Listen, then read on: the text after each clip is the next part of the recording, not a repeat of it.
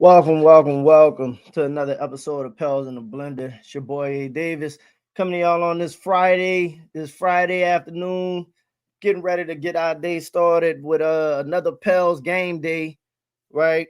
Trying to see if the Pels can bounce back after Wednesday's season opener, the loss on the road to Memphis. Um, we discussed that game. I'm not gonna dive too much into that. We moving on to today, the home opener with the Pels. How do we look today? And obviously, everybody's seeing the DeAndre Jordan news, what we can expect. So I'm actually getting ready to start my day. Whoa, what's good, young? I'm actually getting ready to about to drop this episode right now, clearly, and then I'm going to start my pregame and early. If anybody got spots, I'm looking for looking for happy hours in the city, close to the arena. I'm getting ready to freshen up and get outside and go get ready to get that done early. You hear me? Like, been waiting all season for the blender to open back up. I'm not gonna play games with it. I'm a little disappointed with how they. Appreciate you, bro. Appreciate you. I'm a little disappointed with how the season started, but I'm not gonna dwell on it too much. I've been really down with this team and how they looked in that third quarter. But there's a couple teams that also look bad in the West, and I think they're gonna end up being good. The Lakers didn't look great, the Clippers didn't look great. The Rockets suffering a loss, even though they battled OKC, who look, who look good. It's still early in the season. So hopefully the team today can sustain what they look like. They won 3 of the quarters. Just one quarter they got dominated in, and you ended up losing that game. So hopefully they could get some things corrected, and then we can move on and get us a win today and get off to a really good start at home, protecting home court, and get the season back on track. You still got everything in front of you. One game, even though I feel like all these games matter, but I'm not gonna dwell too much on it. So first off, with the initial news, obviously the Pelicans are going through what Pelicans go through with a lot of the injuries to the front court. Queen just returning, Carlo's out, Eve's dealing with the ankle, Looney is out. So what do the Pels do? They go get a veteran center, DeAndre Jordan. Now, DeAndre Jordan is not here to be, DeAndre Jordan is not here to play a lot of minutes. DeAndre Jordan is not here. Realistically, he's not even here to really play. Like, he's here to play center, but he's here to give you those minutes that you couldn't get with what's the big man? Hunter.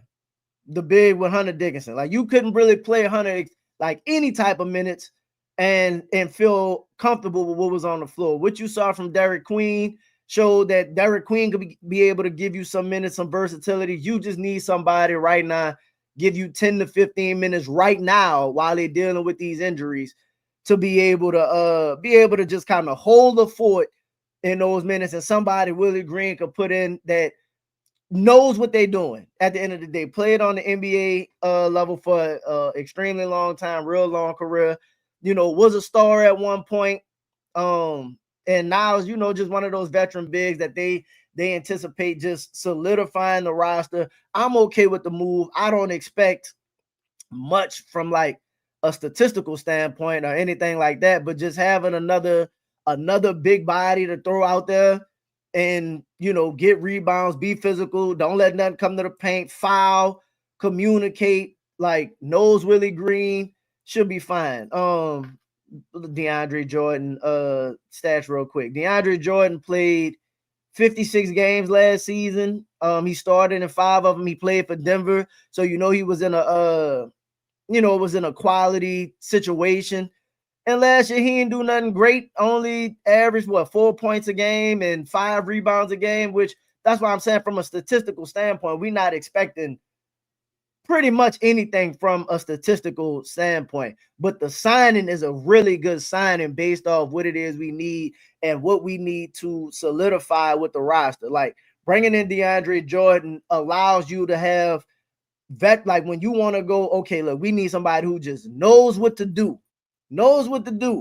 you can put him on the floor for 5-10 minutes and it not be terrible. And he's always been a relatively decent rebounder, like, which we still struggle with rebounding. Like, Zion ended up having 9 rebounds last game, but you still didn't do great on the defensive boards.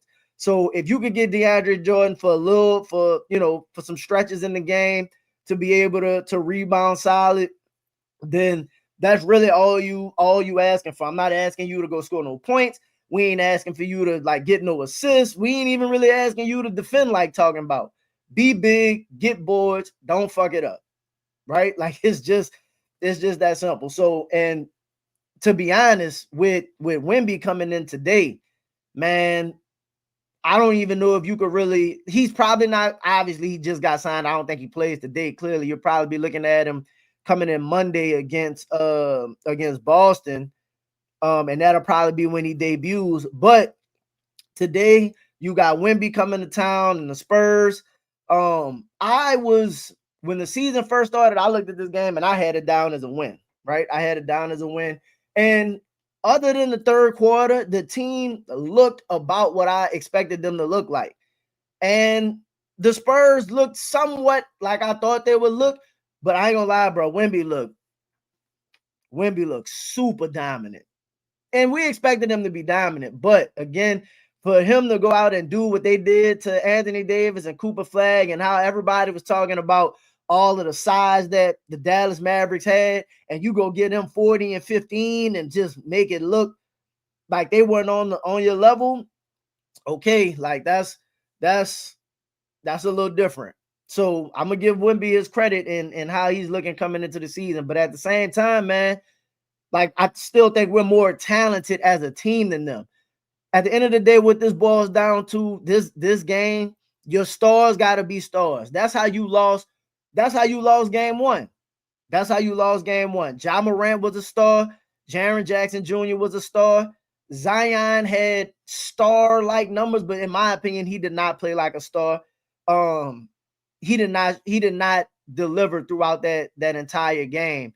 And even though there were stretches in the game where he looked like himself, there were parts in that third when they were going on that run when they needed him to step up and stop the bleeding. That's what a star's supposed to do.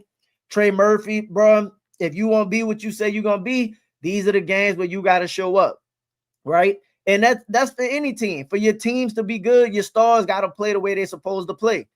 So that's pretty much what it boils down to. Is Trey Murphy and Zion Williamson, is Trey Murphy and Zion Williamson going to be able to outplay Victor Wembanyama? And I mean, realistically, you don't even know who the other star is technically right now. Like, it's Dylan Harper, but he's coming off the bench. Castle had a good game, so they're more like by committee technically. But like, can they? Yes, Zion and Trey Murphy can. Will they? Remains to be seen, because we already know that we don't have no matchup for Wemby at all. And a lot of our points are scored in the paint, like Zion's, biggest way that he produces is in the paint, even with the rebound. And so how is he going to be effective against this particular player? Bro, Wemby looking like Ty Crane right now. You know what I'm saying? Like, ain't nothing really you could do with him. But are we gonna be able to kind of contain and be effective offensively? And hopefully we've learned from the previous mistake of going away from the hot hand, benching people way too long, not relying on your starters when they're a plus in the game.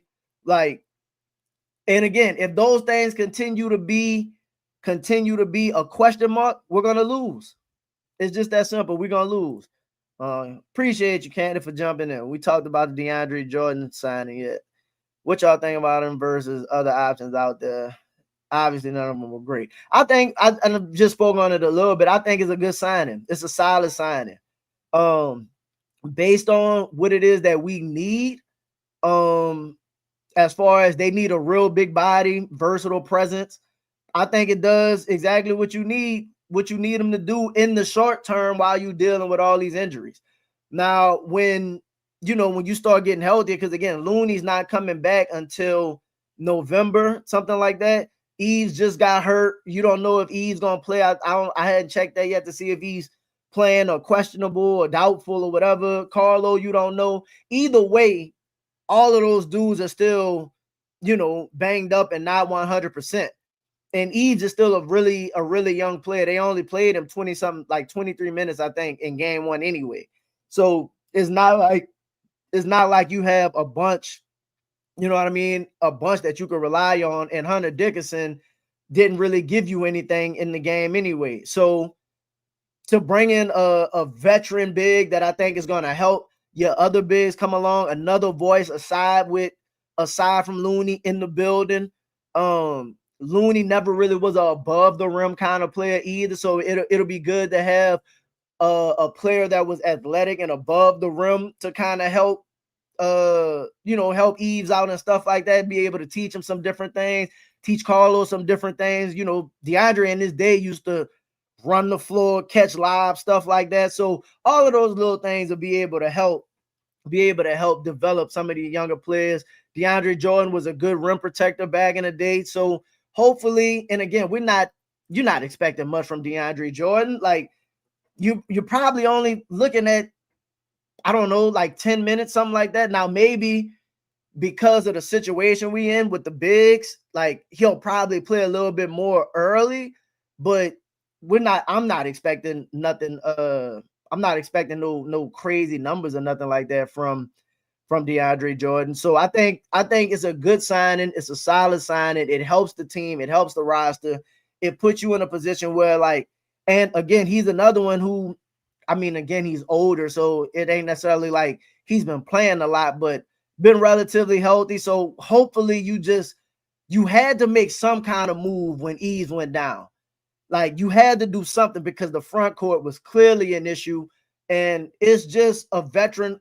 You can tell Joe Dumars like is typically going to lean on like veteran players when it comes to like his moldings and stuff like that.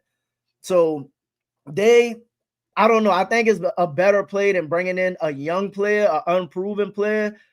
Like you'll be able to just throw him out there. It shouldn't really take much for him to go out there and do like a simple job. He's played enough basketball.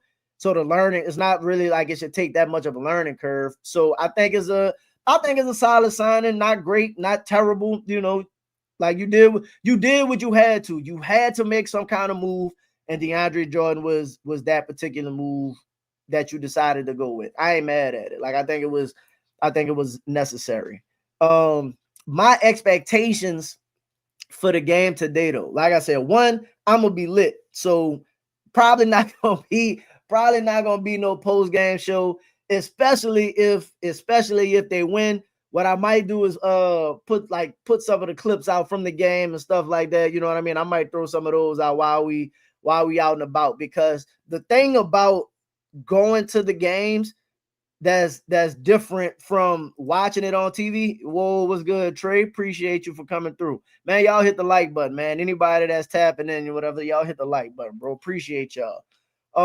The difference about going to the games and watching it on TV, you can kind of feel the energy of what's happening with the team. You can see how they're communicating in the huddle. Like a lot of that stuff you don't really get a chance to see. You can see how they're communicating with Willie Green, what coaches are talking to what players are like kind of assisting and coaching other players. It's so different when you're in the building watching the games as opposed to when you're watching it on TV. You can see the communication with the other teams, like if they look frustrated and stuff like that. Like it's just a different feel. So my expectation is, first off, I'm hoping because the way that they lost the Minnesota game probably put a bad taste in a lot of people's mouths. I don't know if that's crazy or not, but probably, gave a little PTSD for fans that was ready for the season, right? Because it just felt so much like last year, and you just like, man, I don't want to go spend my money to go watch this shit.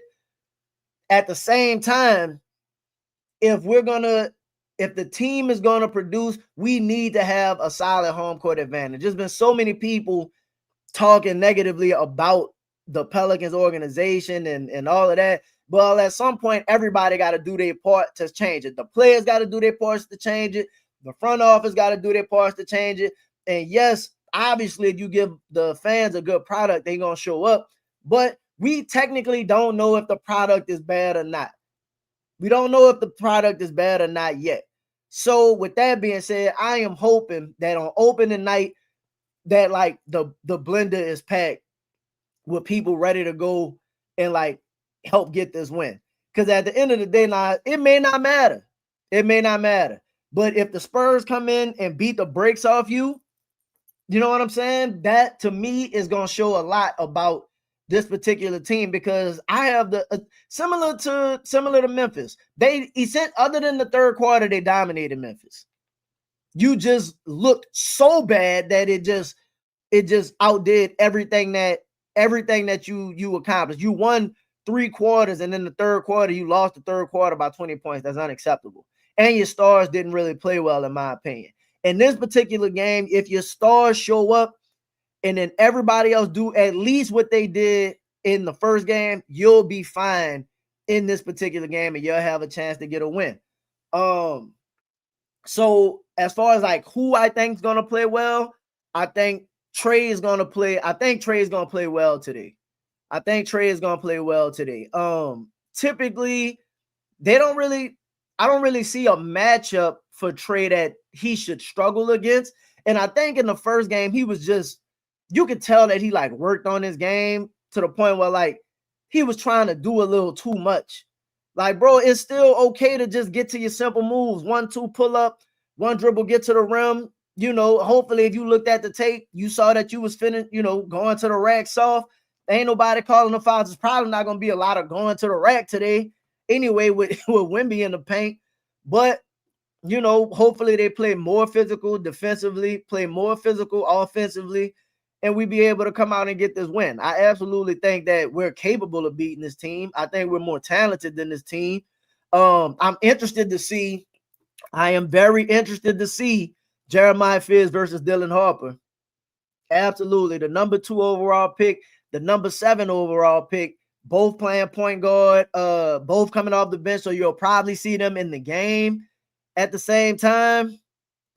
He started the game with a pull-up midi off one. Talking about Trey, started the game with the pull-off midi off 1 dribble. Didn't do it again. Trey has to calm down. He'll be fine. Let's fucking go. Absolutely. Like, again, matter of fact, I'm going to the game with Mike. Shout out to Mike, man. I'll see y'all in a little bit. But Trey, if Trey stays within himself, he's going to be fine. It's just, you can tell he was forcing it a little bit. And I think he understands he's the 2. Like, he understands that he's the 2. But at the same time, bro, like, you don't have to overly force it. Like, let the game come to you to a degree. You just got to be aggressive. That don't mean look off like Jordan Poole if he's got it rolling. You know what I mean? Or that don't mean, like, not give the ball to Zion and, like, positive or potential not game winning, but like in positions that you typically need to give Zion the ball. Everybody still need to calm down and just do their jobs. Like, Herb started off really aggressive, and that's fine, but I don't need Herb shooting shots that, like, when, like, for example, and shout out to Boo Crew Justin, he showed the play at the end of the game when you driving, man. I understand you had it going or whatever, but you kick, bro, anytime you see Trey Murphy wide open, I don't care how many shots you made, you kick it to Trey Murphy. We need to establish the offensive hierarchy, and I don't know if this is one of those things where, like, it's a Willie Green thing, because I keep saying we too free. Like, the way that they run the offense is a little too free, so hopefully we could put some limitations and shackle this shit down a little bit, in this particular game, so we could get some more effectiveness, like, going forward with the game. I know it was a bad third quarter, but if Zion starts being decently aggressive and Herb passes to the corner a bit more when he's driving, we could get better shot selections. Absolutely. Like, Zion in the first half, and if you listen to Zion interview, he said it took him a second to kind of get his wind under him. Like, he hadn't really played, like he didn't play too much in the preseason. Personally, I think of that as an excuse, but he absolutely from like opening tip needs to be more aggressive, like looking for his shot. If you look at all of the stars that played, and this is where, and Mike keeps saying it, everybody that, like, basketball is a game led by the stars, bro. In order for you to win, your stars got to star.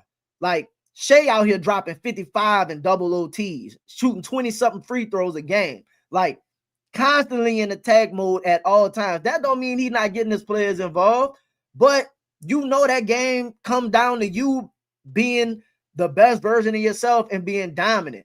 Like, at no point in time, like, while defenses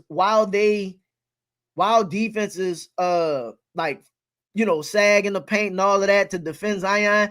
If you notice, at the end of the first game, we couldn't do nothing with Ja, to the point we had to double him. You don't see nobody just being like, "Here, bro, look, we just got to get the ball out Zion's hand." It's more so like you need to dominate to the point of they gotta put the double on you, or you should never. Trey, Z, Poole, like, when they put bench players in the game with y'all, when y'all in the game with second units, y'all gotta dominate those matchups, those lineups, to where they like, "Hey, bro, we gotta hurry up and get Ja back on the court." Like, we gotta hurry up and get Jaren Jackson back on the court. If you allow second units to play with your starters, more than likely you're gonna lose.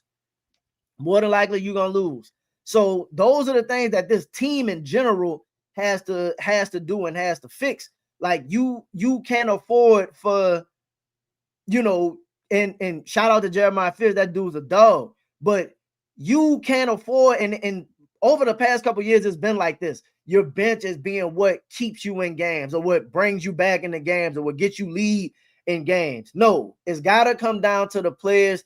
That's your starters. That's your best players to win these games. And especially when they got you matched up against, second string players, you got to dominate the people. So again, like, in the first couple of days of the NBA, man, you've been seeing all of the stars going off. Ant going for 40, Vic going for 40, Steph going for 40, Shea going for 50. Aaron Gordon not even really a star, and he dropping 50. Like, if y'all are going to be what y'all say y'all gonna be, you have to start now. Now, granted, Zion had 27, 9, 5, and 5, and played an okay game. But my expectations for Zion, with as much as they talk about the progress he's made and worked on his game, speaking of working on his game, if you shoot the midi early, bro, even if you make it or not, don't disregard your work.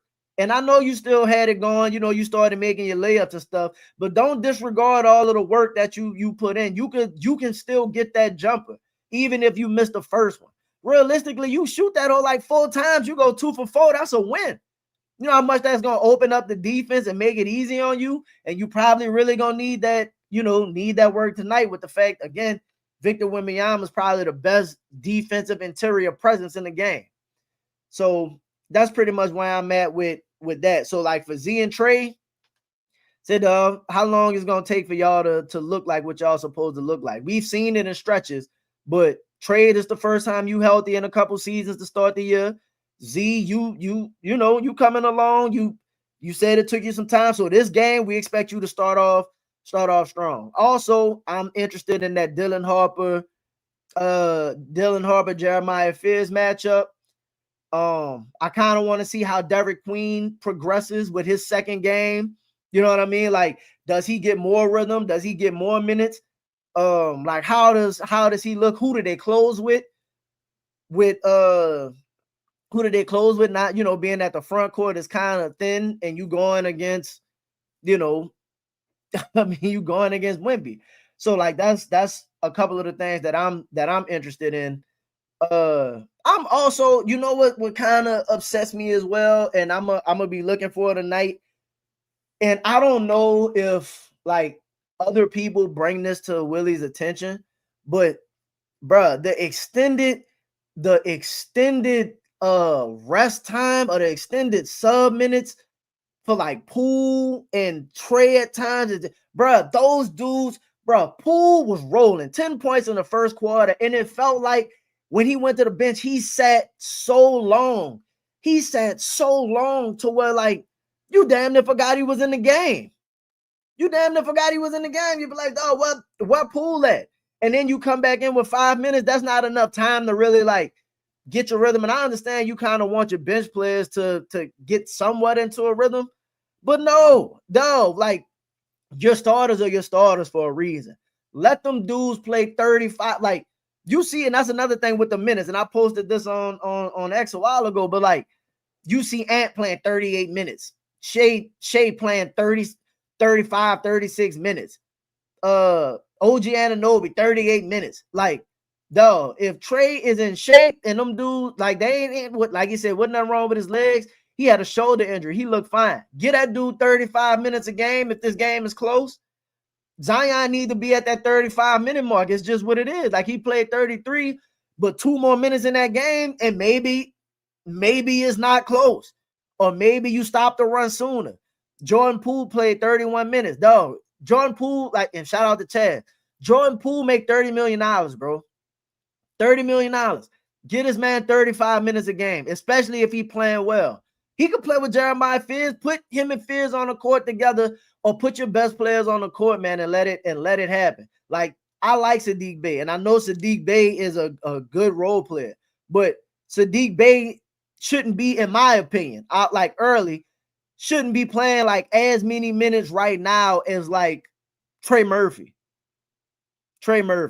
So that's pretty much. Whoa, appreciate you. Appreciate you, Night Wolf. Willie Green needs to be fired. Like, for real, he don't know what he's doing. Man, he doing exactly what he been doing. You can see that the team is trying to play different. They need to fix that transition defense too. Like, the transition defense is so bad. To me, I'm benching players for not getting back. That crying to the ref stuff, bro. People are taking advantage of y'all, and y'all getting ran on easily. And teams know, because they are a talented team. Teams know that they got to do that to compete with y'all. Willie Green could have gave Peavy some minutes when Herb was ragging up a lot of fouls. Absolutely. I expect to see Peavy tonight, especially with how Hawk looked. I think Peavy going to get some minutes tonight. We'll see. I see a lot of blame on Willie in our community, but Zion's robbing was a no-show. Absolutely. Zion Robin was a no-show. And even Zion was caught jogging back and forth while Ja was going coast to coast. This game is about effort. Absolutely. 1,000%. That shit made me mad. You saw it early. Y'all crying about fouls. First off, you going in there weak anyway. And that's the part when I'm watching the game. Those are some of the things that I'm specifically looking for. Like, when Trey was driving the rack, like, Trey was driving against a smaller man weak, and any kind of contact, you looking for the foul, crying. Bro, they getting the rebound. They out. You have to get back. Especially because y'all don't have the most size. Transition defense kills y'all. We had 0 effort in the third, and that's the only quarter we lost. Bruh, so the problem in the third, like, they were kind of back and forth. Like, everybody was struggling in the third. And then when Memphis started making some plays, like, I specifically looked at Zion. When he was in the game during that stretch. And there was plenty of times during that stretch, if you watch it, he was just pouting, dog. Pouting. Like, didn't really figure out how to get the buckets going. You know what I mean? Not saying that he didn't score at all, but like, he just couldn't figure nothing out, couldn't stop the bleeding, was just jogging around. Like, you can tell. And if I saw it, that means somebody else saw it. And what Memphis was doing, just constantly running and easily just, they knew they had you frustrated, and you allowed them back in the game. Shout out to Jeremiah Fears, who just, was like, nah, so I'm not going out like this, and went into attack mode, and that helped. But it cannot come down to Jeremiah Fears saving you in quarters. Like, he's not even, shout out to him for being able to do it, or having that particular game where it happened. But that shouldn't be a thing that's a consistent thing. your stars have to start. And that's what they have to do. And like, you got to play through that. Like, you got to be mentally tough, mentally locked into where this is where they rely on me to be able to go get a good bucket or to stop the bleeding. That's what the great players do. Y'all talk about wanting to be great, wanting to be all-stars. It ain't just about the numbers. I love Trey, but he sometimes have bad body language and complains too much.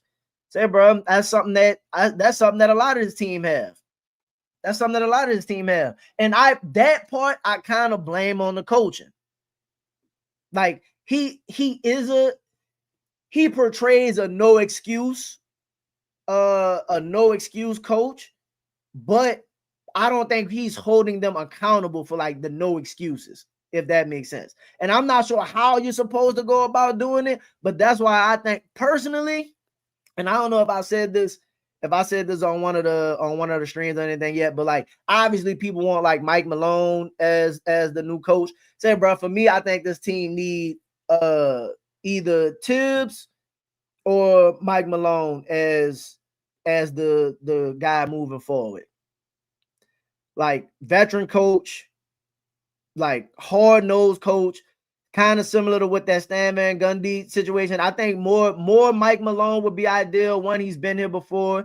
This roster, while not exactly like their Denver roster, is similar to some of the pieces that he had in Denver. The only positive thus far is this team doesn't quit. They quit in the third, but they fought back. Even the preseason, we get down, come back. In the past, a 10-point deficit would turn to 20. That's true. Joe Dumars said they're going to compete. Whoa, what's good, bro? Appreciate y'all for tapping in. Hit the like button, man. Hit the like button, share the stream, you heard me? But that's absolutely true. Like, I ain't gonna lie, in the third quarter, like, if you go back and watch the stream when the fourth quarter started, I'm like, bro, we about to lose this game. It don't matter. I've seen this particular team enough to know that they're gonna find a way to lose that game. We don't know how they're gonna lose it, but you know they find ways to lose those types of games. Typically, historically, we've been a front running kind of team. Lately, we just haven't been able to close a whole lead. So those are the things that we have to figure out. So they did a good job last game when, like, they got to a big lead in the first. Team's gonna make runs. So like, you ain't expecting to blow somebody out by 20 all game. So like, they cut back into it. It became close. Then you went on another run to end the second quarter and, build that lead back out to 11. That's great. The whole first half was solid, in my opinion.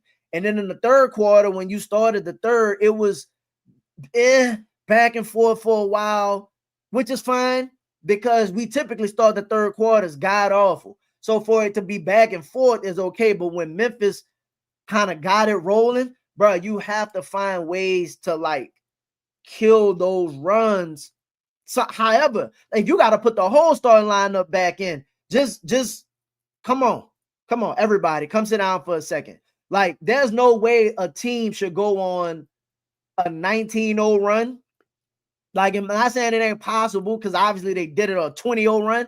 Dog, if you see a team 6-0, 8-0, 10-0, do we have somebody on the bench being like, hey, coach, they had they didn't outscored us 15-0 right now?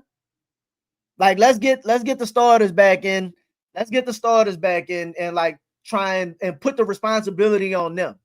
Let's put the responsibility on them to fix this and like finish this game out if need be. Like, even if sometimes don't need to sit down. Like, dog, it's the beginning of the season. Y'all should be ready to go. Like, from a stamina standpoint. Whoa, appreciate you. Just hit the like button. Absolutely. From a stamina standpoint, them dudes should be able to play. Like, hey, bro, listen, it's midway through the third. They done went on a 10-0 run. I need all y'all to get back in.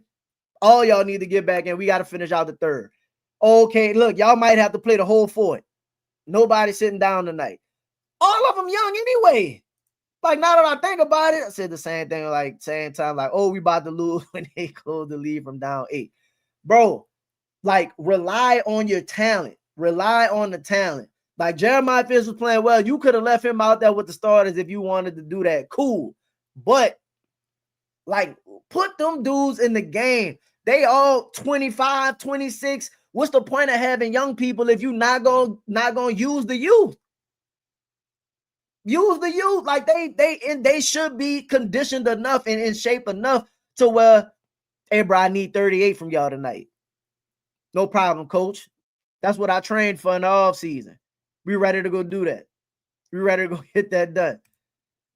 So our coaching problem is glaring and it reflects with our players. You can see the frustration on our players' faces, trying the same strategies that don't work because of a few people's arrogance. True. So I'm not gonna argue with that. Because they absolutely just constantly repeating the same cycles over and over and over, and clearly it's not working. And I don't know who said it. I saw somebody post it. I'm not sure who, but like, I think maybe it was you, Mike. Appreciate you. But something is happening from the half in the locker room to the third. That's like, I don't know if they just losing focus, which if this has been a consistent thing, then you got to try everything different for that to not be the case. To be honest, if your starters need to play like like Golden State, I don't know. It was a 5. It was 5 that said it. Absolutely. Like, I don't know like what Golden State does in the third, but Willie, you might need to like reach out to Steve Kerr, or like, which I'd have done in the offseason or something. Because if you studied this team, you knew y'all struggle coming out of halves. What are y'all doing in the third, man, to be able to like have good third quarters? Is it just having veteran players that understand getting off to a good start of the second half? Like, I mean, it should be understandable that they know we struggle coming out in the third to like make a concerted effort to like do well in that particular quarter. So I don't know. We're gonna see tonight. I really don't think the third quarter woes are coaching or player problem. It's crazy. I'm wondering what the hell we doing at halftime. We need to change our routine or something. It's everybody problem. It's a coaching problem. It's a player problem. Like, from what I saw last game was, I put that blame. Yes, Willie Green has something to do with that, but I mainly put part of that on Zion. Because for me, you was in the game pouting. What I look for from my stars, like, is when games are tight, like when it's slipping away, when like certain situations, for example, when the game is slipping away from you, when a team is going, like, look at what Ja was doing in that exact game. In that same game, look at the game from Memphis. And when we was pushing the lead, you would see Ja Morant get a bucket, right? Ja Morant go get fouled. Ja Morant make a play, something like that, right? Instead of the game being, and like, instead of it going from 15 to 20 to 25, you see it go from 15 to an 8-point game. Oh, okay, that's just a turnover and a layup, and that's manageable. We right back in the game. When that's what your stars are supposed to do. If we up 15, oh, I gotta sense blood, right? Your stars are supposed to step on the necks of the opponent. That's what Trey Murphy and Zion are supposed to be. And if y'all not, and you see Jordan Poole in kill mode, say, bro, Jordan Poole cannot go the fourth quarter with no shot. He cannot go the entire second half and damn near get iced out of the office because y'all looking him off, right? He came out with the appropriate energy to, we about to beat the piss out this team. They should not be competing with us. And nobody else matched the energy. Coaches don't play for him. He cannot get all the blame. I'm not like, I agree. Willie don't deserve all the blame. He don't deserve all the blame for sure. He just, he is just as culpable. And if this continues, so this is how you got to look at it. Coaches are easier to replace than players, especially when you're talking about star players, right? So before I give up the talent in Zion, I'm going to find another coach that I think can fix the problems that they have going on. So that's why I think most people are just kind of like, hey, get a new coach. And I think a coach that's like, you starting to see Joe Dumars trying to bring in championship people, right? So that's why you see, was DeAndre Jordan on that Denver team when they won the championship? I can't recall. Hold on. Was he on that team? Blah, blah, blah. I think he was. I think he was on that championship team that won back then. So let's see. So I think he's trying to bring in players, veteran players that like won before. That's why you see Looney come in. That's why you see Poole come in. That's why I think you see Jordan come in. Like, Joe Dumars understands the championship. So at the end of the day, what I think the next step is, the next coach, I don't think Tibbs won a championship as a defensive coordinator, essentially, with Boston back when Doc won that championship. So Tibbs hasn't, as a head coach, won a championship, which is why I think that's going to be an option. But the reason I think Tibbs is an option is because you see, like, he's a fixer to a degree. Every team he's went to has absolutely progressed style of play. He's playing, but like, again, the rotations are tough, but the Knicks, they good with Mike Brown right now. But the Knicks previous to Thibodeau was not great, right? And he took that team and went to Eastern Conference Finals. The Bulls team went to Eastern Conference Finals with D Rose. And then the Minnesota team that he had, they weren't making the playoffs at all, and he turned them into a contender. Now, granted, he needs talent, but that's why I think a disciplinarian, no nonsense, tough. I'm not going to have the excuses. You're going to play hard. You're going to get back. Like, all of those things, we not having it. So I think that's why he's an option. But the better option is probably Mike Malone, who doesn't seem as rigid as Tibbs.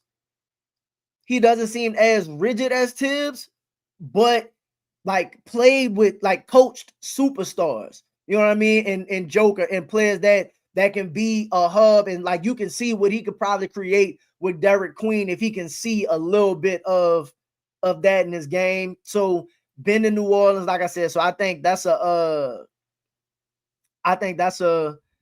possibility, man. That's the ideal hire. Like, get Willie out of here. He said, I don't know if it was today or yesterday, like, absolutely, he wants to come back to coaching.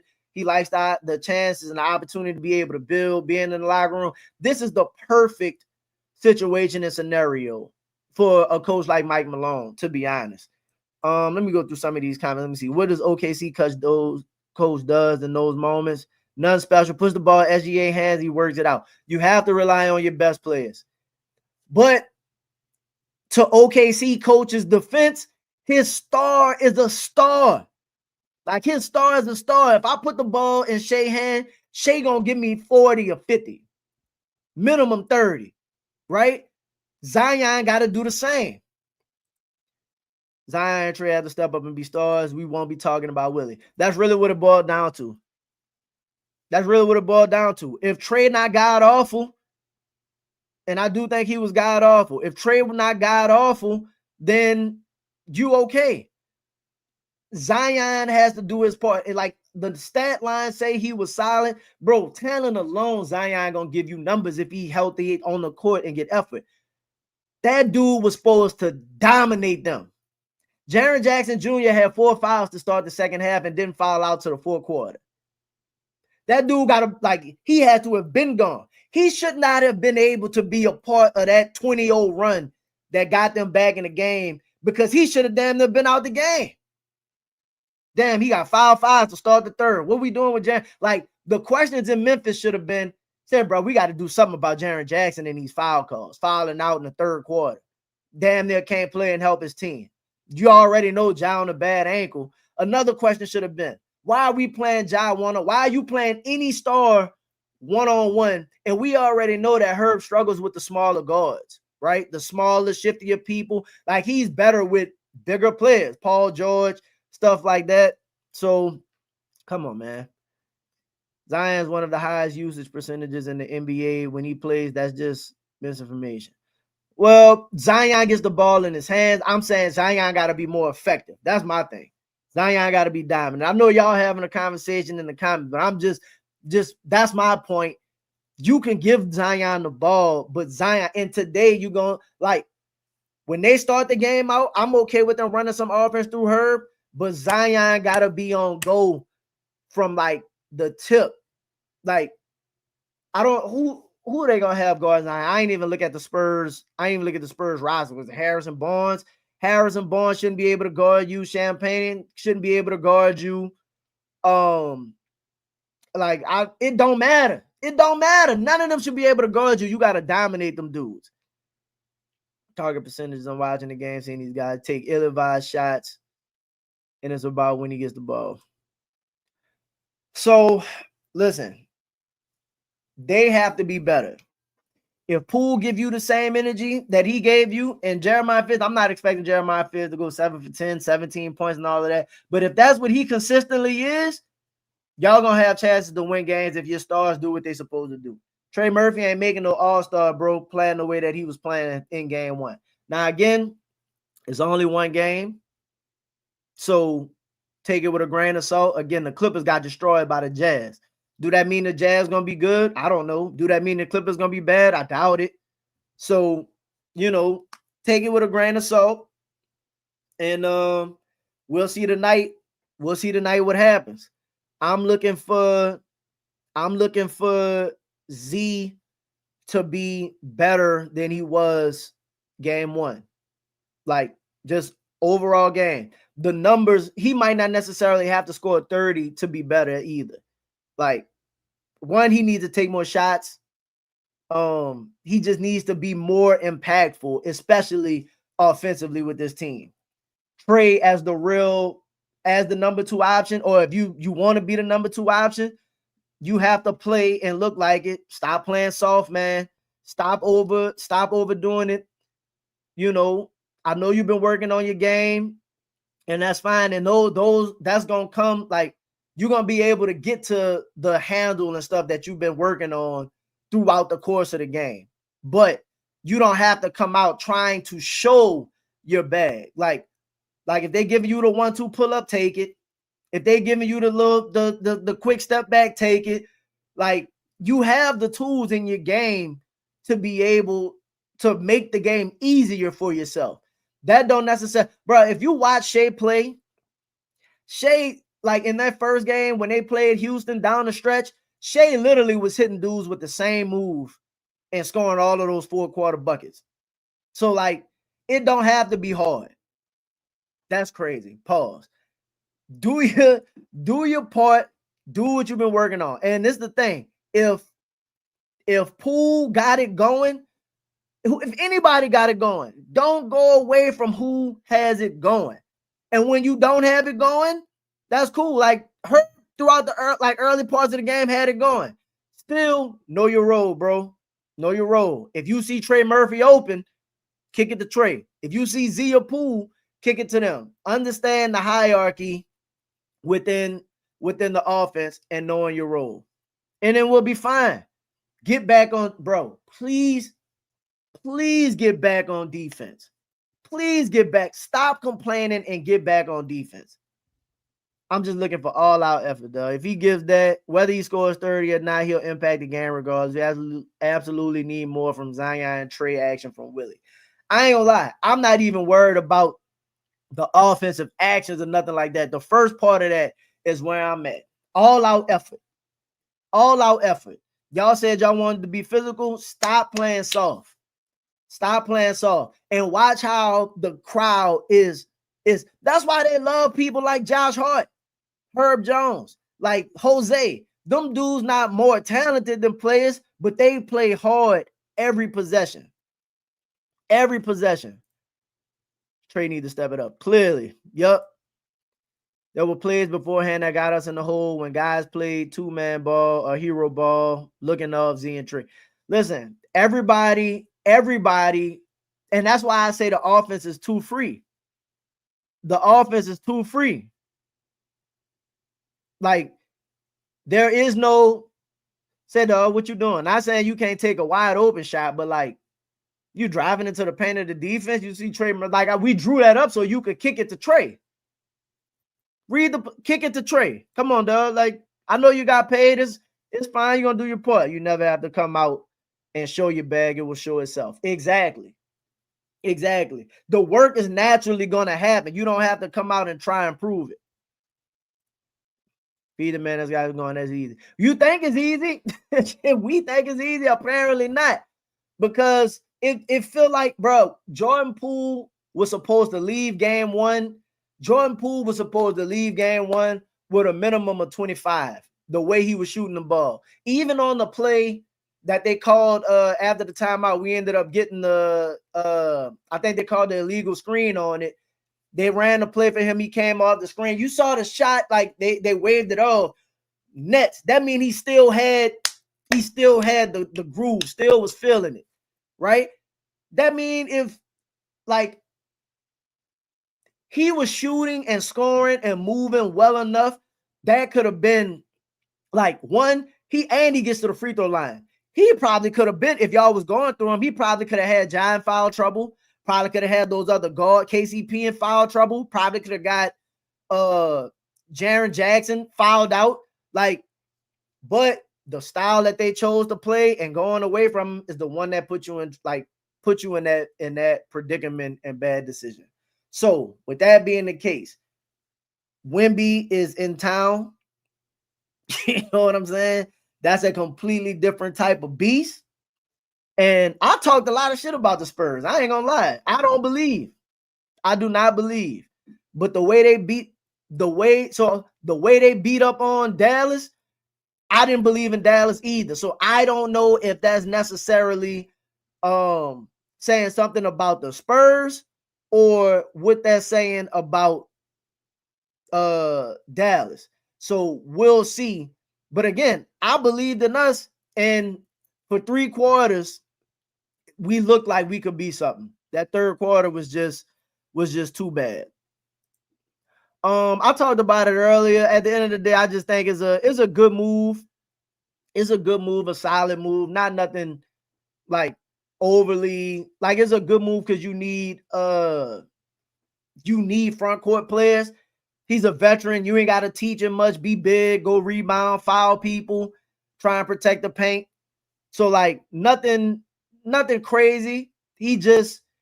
I think the veteran presence, the championship presence is going to help the younger players, try and bring them along. I don't think Joe bringing in nobody, unless like when it's time to like make a trade or something like that. I don't think he bringing in nobody that's just like, oh, we got to teach him this. We got to show him that. Nah, we ain't trying to do all of that. Bring in players that's played for championship organizations. Even if he older, I don't expect him to be able to do much. 10 minutes, 15 minutes. He won't play tonight. You'll probably see him Monday and help out, like, while Looney out and stuff like that. So I don't know. We'll see. But not too much. But it was a good move, though. It was a necessary move. I ain't mad at it. Whoa, shout out Romeo. Appreciate you for tapping in. Herb needs to understand that he is not the third best player on this team. Jordan Poole is. He is there to defend plays, stop the driving. So stop driving the 3 players and pass the ball. Also, Troy needs to step up. He looks like a rookie player out there when he was Memphis. I mean, I ain't mad. I agree, especially with the Herb point. Nothing like, I think when they put the ball in Herb hands to create, because I know we talked about using Herb similar to how Golden State uses Draymond. If you really watch though, Draymond is more looking to set everybody up. Like, he shoots when he absolutely has to shoot. He's not like he shoots so he's not an offensive liability, but he's mainly creating for everybody that makes it easy. And that's not to say that Herb can't score a little bit, but that's the message that needs to come across. Like, bro, yeah, we're going to put the ball in your hands so you can create and be a point, but it's mainly to set up other players. Like, so your primary responsibility, like you said, should be defend, like this, boom, score off ball, keep cutting, do those things, set screens, rebound. But it's mainly to create and make it easier for everybody else. It's not necessarily for you to get your offense going. But if they leave you open, yeah, shoot the three. If we get caught in a situation where you can step in and take a little floater, cool. But in the fourth quarter, end of a game, unless it's wide open, and even if you wide open, if Trey wide open, kick it to Trey. If Poole wide open, kick it to Poole. And that's not to say that Herb hasn't made big shots or clutch shots. Like, those things are going to come throughout the course of a season. But you can't be playing like as if you're the offensive engine. Like, somebody has to be aware that Jordan Poole took one shot in the fourth quarter. It's the same thing and that, to me, that is the coaching thing that, like, I personally don't like. And when I keep saying, like, the offense is too free, like, this team is too free. Realistically, the team is too free. It should be, if you're not getting back on if you're not getting back in transition, or if you're not getting back on defense, say, dog, come sit down for a little bit. Because obviously you're not getting the message, right? The first time they score a transition bucket when you didn't get back, or they score a bucket off a transition bucket off a made basket or something like that, that needs to be like, timeout immediately, dog. What are we doing? What are y'all doing? Y'all must not want to play. We clearly talked about this, right? Hold these dudes accountable to those standards.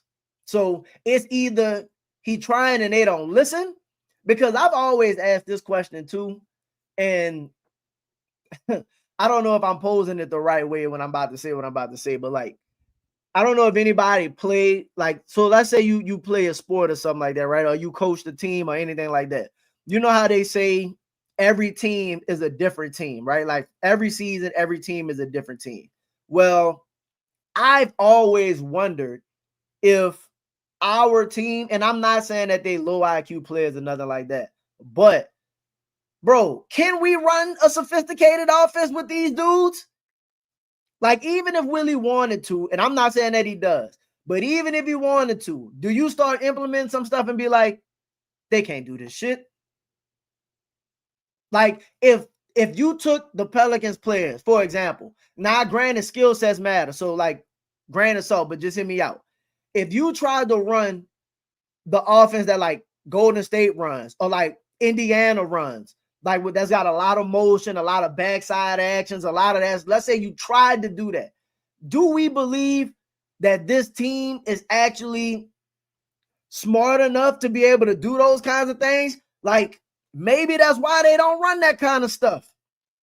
It's frustrating to think that, and I hope that's not the case. But when it boils down to it, they just all naturally rely on ISO ball and stuff. Like, you can't even get into offenses in the fourth quarter to run some of your good sets. So hopefully, I'm not saying that that's the case, but hopefully I'm wrong. I don't think we'll be able to really find out because of the coaching limitations. But that's just something that was a thought of mine. But man, if any of y'all going to the game tonight, get out there early. If y'all pregame, what's y'all pregame spots? Anybody got pregame spots? I'm about to go clean up and get ready to go start this day right. I might have to go cop, depending on who played well. Poole played well in the first game, and Fizz played well. I might buy both jerseys, but I ain't trying to be walking around with both jerseys today. So I need to figure out what jersey I'm going to get. Right now I'm thinking it's gonna be the red Jordan Poole, but the Fizz was looking promising as well. I'll decide when I get to the arena tonight. But if anybody know any pregame spots, any happy hour spots, you know what I mean, hit the X, you know what I mean, drop them in the comments right now. You know, and I'm gonna look through some of those or whatever and get ready to get out of here. But that's pretty much gonna do it, man. At the end of the day, you got a good opportunity against a team that's an up and coming team, similarly to you, playoff aspirations, similarly to you. You have to come out and get a win on the home floor tonight. Let's put Wednesday behind us, right? Let's have a complete game, a full game, And I don't know what the game plan is against Wemby, but we'll see. And let's get a dub, man. So for that, that's gonna do it for me, man. Appreciate everybody that. Yeah, absolutely. I'm gonna be lit, dog. I'm being section 123. I'm cutting up. You hear me? If y'all might hear me and see me, but I'm gonna be there. But appreciate everybody for tapping in. You know what I mean? Hit the like button, share the stream. Appreciate all y'all, bro. Go Pels. Depending on how the game go, I doubt I'm gonna be on tonight, but you never know. Y'all have a good one. Enjoy yourselves. Be safe. Peace.